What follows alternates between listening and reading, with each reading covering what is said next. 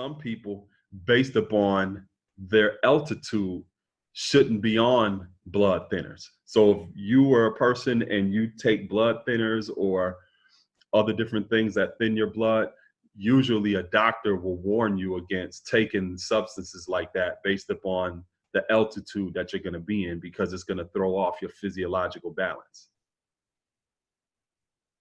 Right? And I'm just talking about that in terms of symbolically when it comes to elevation of the mind.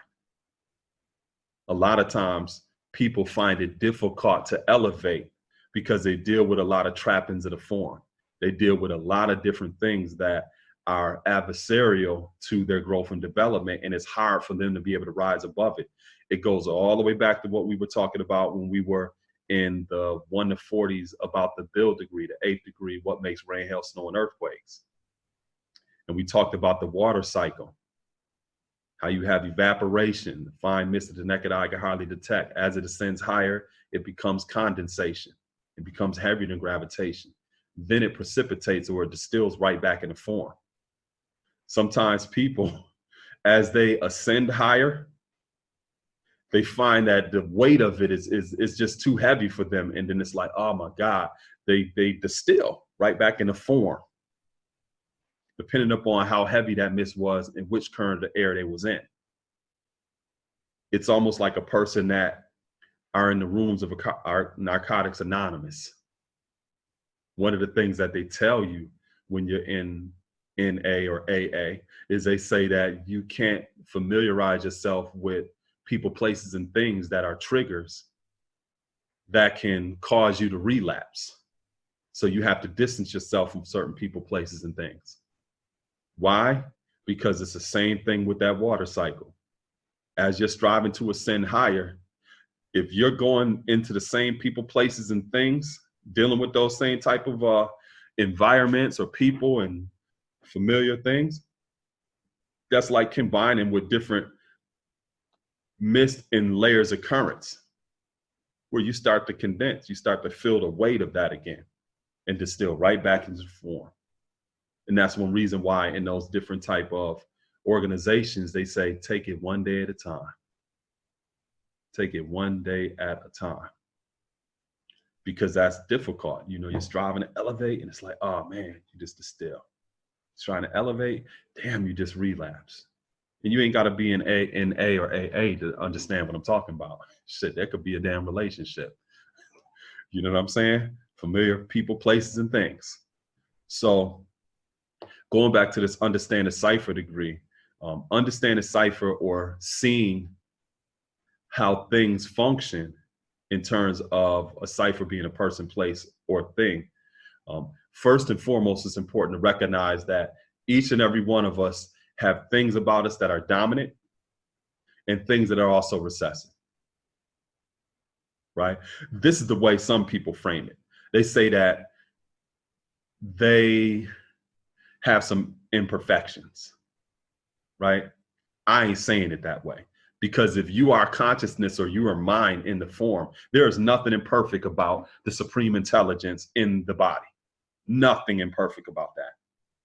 Now the form, yeah, you can look at that and say, well, there's certain recessive aspects or components to the form, but you don't own it though. You recognize it and you work on it to help bring some type of stability to it. So one thing about this concept of duality is that it's showing not only just dominant and recessiveness, but it's also showing that in everything that we do and everything about us, you have that sense of duality. Everything. Something that you may do easily, something else, it may take some work, but you don't just look at it like, yo, I can't do it, because you have to recognize that you are supreme intelligence in the form.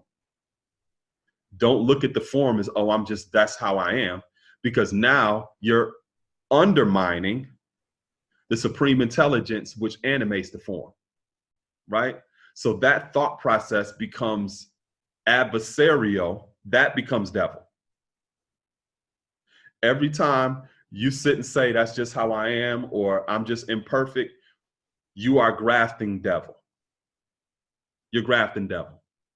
Because is what are you? Are you really supreme intelligence in the form, or are you this limitation that you're saying that you are? Or are you imperfect like you said that you are? It's a contradiction. You're either that form that's imperfect and you can't do it and everything else, or you're supreme intelligence and you need to work at that. It's one or the other. But if you're sitting there striving to reconcile and entertain both, guess what?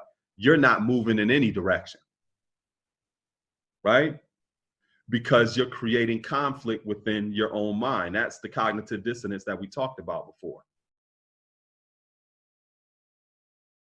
So this process of how the devil is made, it's first made within us, based upon what we identify as the true self and how we choose to deal with the recessiveness or the weakness, how we choose to deal with it. Are we going to say that's just how we are, or are we going to see what we can do to address it? Take it all the way back to the 1 to 14s, where we went through each of those degrees and we talked about various different procedures of how to deal with this adversity. One of the reasons why sometimes people own that and say that's just how I am, or I'm just imperfect, is because they didn't figure out the proper procedure in order to deal with that. They didn't figure out, how can I handle dealing with this weakness or this recessiveness of the form? But you always have to assess things from the perspective of being the supreme intelligence, being the mind within the body, which there is no imperfection and there is no weakness. Once we get into the physical aspect of the form, now we're dealing with that sense of duality, and we have to figure out, how could we maintain a sense of integrity in the process? Because if not, this is what's going to happen. So understanding cipher is really saying we need to understand our own cipher first, because this lesson is telling us how the devil is made. The devil was made from the original people by grafting and separating the germs. In the black man's body, there exist two germs, a black germ and a brown germ. Yakub, going back to what we were talking about, that archetype with that law on birth control separated the brown germ from the black germ. And you can just see that in our whole thought process. When it's something that we just think we can't do, I'm not good enough, I'm too weak, we go through the same exact process. After following this process, the germ became white and weak and was no more original. Also, by thinning the original man's blood, the germ became weak and wicked and was no more the same. Thus, this is the way Yakub made devil.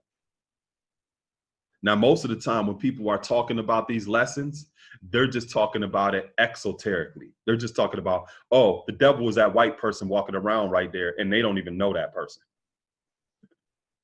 to judge their content or their character. Now, it's different if you had interactions with them and you're like, yo, that person's a devil.